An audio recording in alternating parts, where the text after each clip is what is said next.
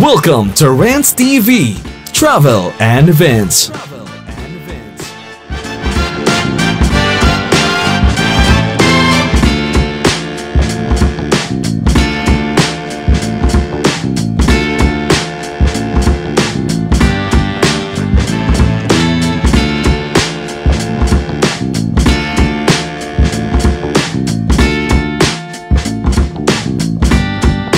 Hi guys, welcome back to my channel. Please join with me guys. Nandito po tayo ngayon sa Pasig River Esplanade.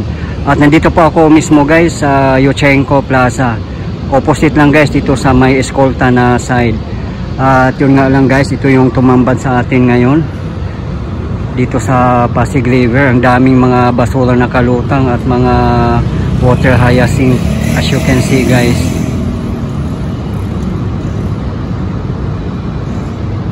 Nakakalungkot lang isipin guys, grabe ang dami pa rin talagang mga taong nagtatapon sa ilog Pasig ng mga basura. At talagang sinasadya talaga guys, kasi yung iba nakabalot pa ng mga plastic, iba nakabalot ng mga sako. Ayan oh, katulad yan guys oh.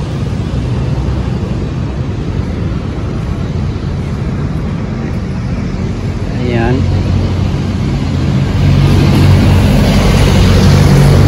Ito naman ang Jones Bridge. At ito yung Yuchengco Plaza guys. Maganda rin dito na side guys. May ano din sila dito, parang esplanade din.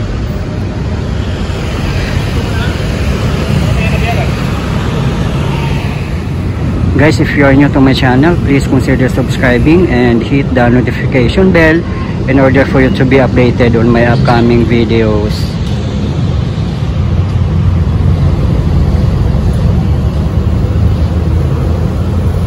May kalesa pang dumaan dito guys oh. Maraming kalesa dumadaan din dito guys. At yung kinatayuan natin guys, malapit lang to sa Santa Cruz Church. At yung sa tapat natin ay yung Fiati University. At nandyan din yung University of Manila. Actually guys, pwede namang lakarin dito guys from Cayedo Station kung gusto nyo mag LRT. It's just walking distance lang guys kung kung mahilig kayo mag walking, napakadali lang puntahan dito guys. Yan guys, yung LRT ay papuntang south.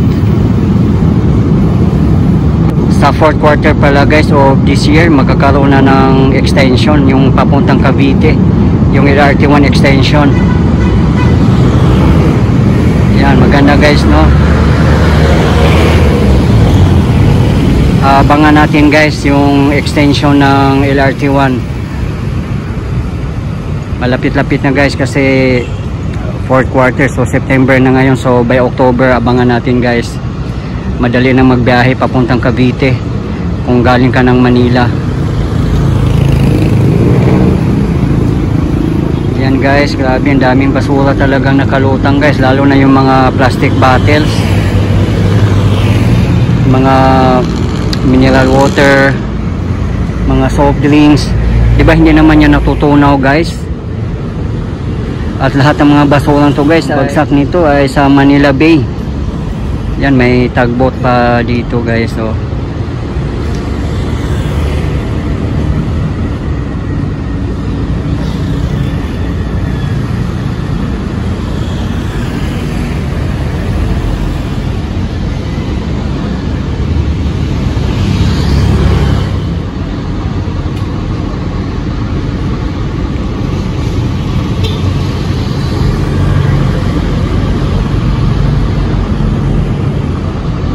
Pagkatapos ng bagyong Enteng, mas lalong dumaming basura guys. Ayan oh, mineral water na bottle.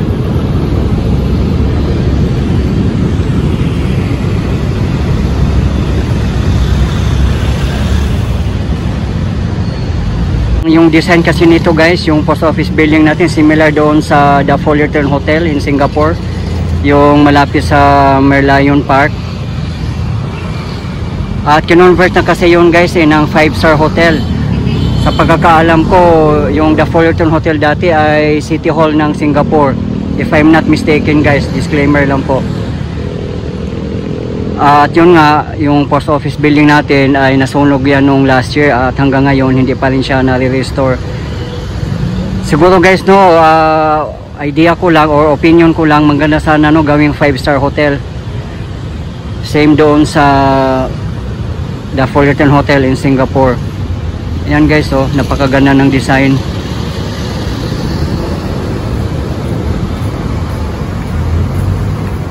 Ang ganda nga ng landscape dito sa Yochenko Plaza guys, oh.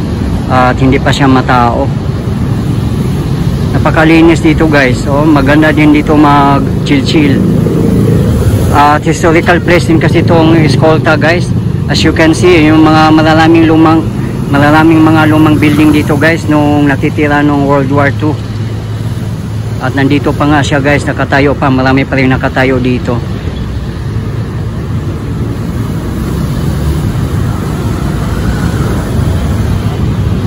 Yan guys, no, nakakalungkot ang isipin, ang dami na namang basura guys. Siguro hindi talaga ito mawawala yung basura hanggat may mga nakatira pa sa tabing ilog. Kasi marami pa rin area talaga na nakatira sa Ilog Pasig. Kaya hindi talaga siguro mawawala yung mga basura at magtapon. Nakakalungkot mang isipin pero yun talaga guys.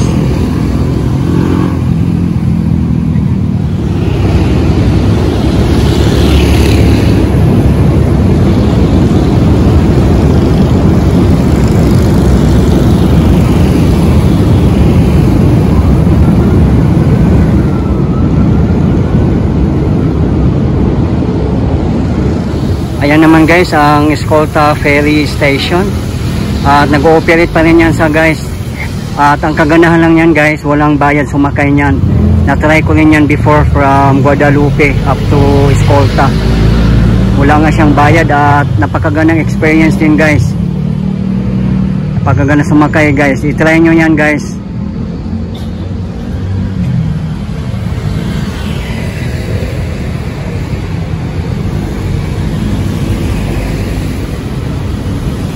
Ayan guys, so napakaganda ng Yochenko Plaza, ang linis.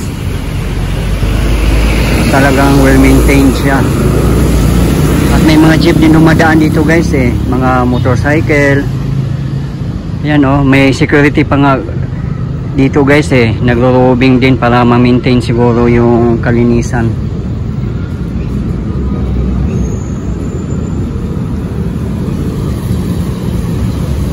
Very visible yung mga security guards dito sa Yochenko Plaza guys.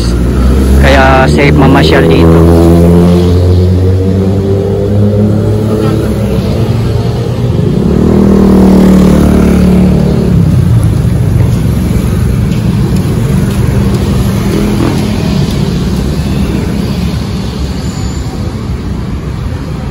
At may parking space din dito guys, oh. Ayan. Multi-level parking space dito guys. Kung may mga dala kayong sasakyan, ayan, may parking space dito. At kung gusto nyo mamasyal doon sa Pasig River Esplanade, sa tapat lang guys, yan lang kayo dumaan sa Jones Bridge. Ayan guys, oh, yung historic Jones Bridge. Yung Pasig River Esplanade guys, mas maganda mamasyal dyan pag gabi dahil sa mga lightings nya. Talagang mas ma-appreciate mo siya sa gabi. O yung sunset, kasi ang ganda ng sunset ito guys, talagang golden sunset. Talagang very romantic ang dating.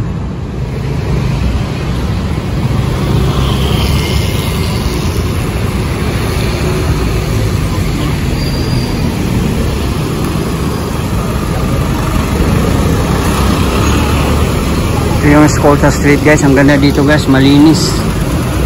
At ito yung ferry station.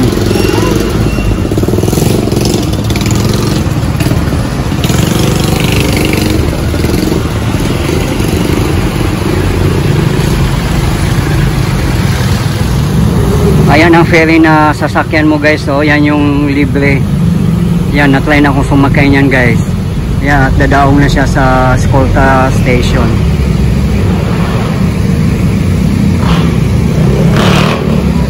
napakasaya sumakay niyan guys. I-try nyo rin minsan guys, at wala pang bayad.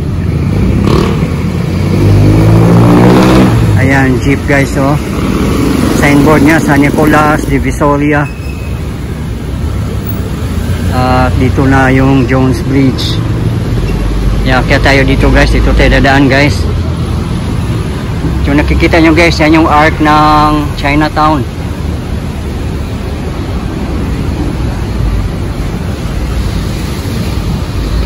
Ayan guys, diretso na yan ng Chinatown, Ongpin, Divisoria. Pwede ngang lakarin guys, galing dito.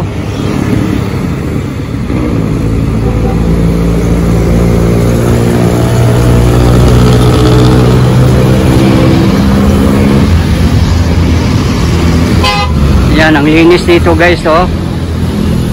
Dito na tayo mismo sa Jones Bridge.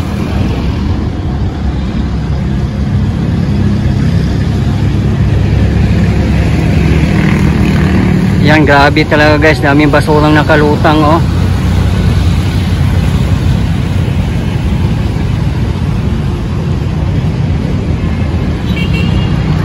Yung nga guys, kung tapon pa rin tayo ng tapon ng mga basura kung saan saan, tayo pa rin ang magsasuffer.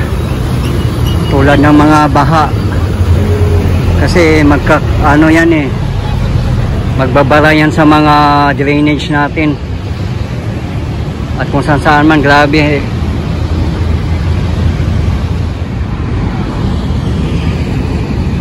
Ayan yung Escolta guys. Dami pa rin mga nakatayong mga building na mga luma.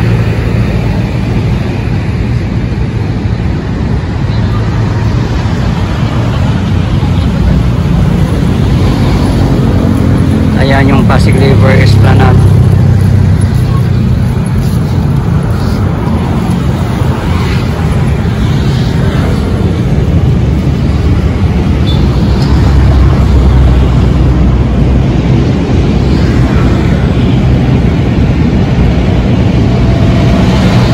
Guys, ay ang iconic Binondo Intramuros Bridge. Ayun guys, napakaganda niya. So magkatapat lang itong Jones Bridge at saka Binondo Intramuros Bridge. Kaya kung nandito kayo sa Pasig River Esplanade, ito yung mga iconic bridge na makikita nyo na napakaganda, lalo na sa gabi.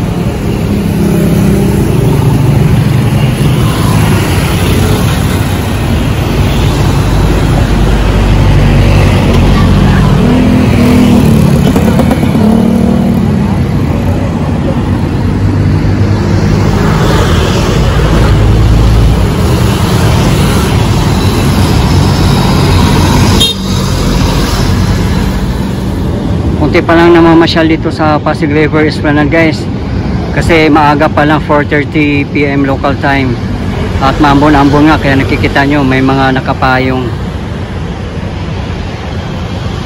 At safe din mamasyal dito guys, may mga security guards naka-robing at mga police. Kaya syempre kailangan pa rin natin mag-ingat guys, lalo na sa mga wallet natin, mga cellphone at mga iba pang importanteng bagay. Kailangan magiging alerto din tayo guys, at mag-iingat lagi.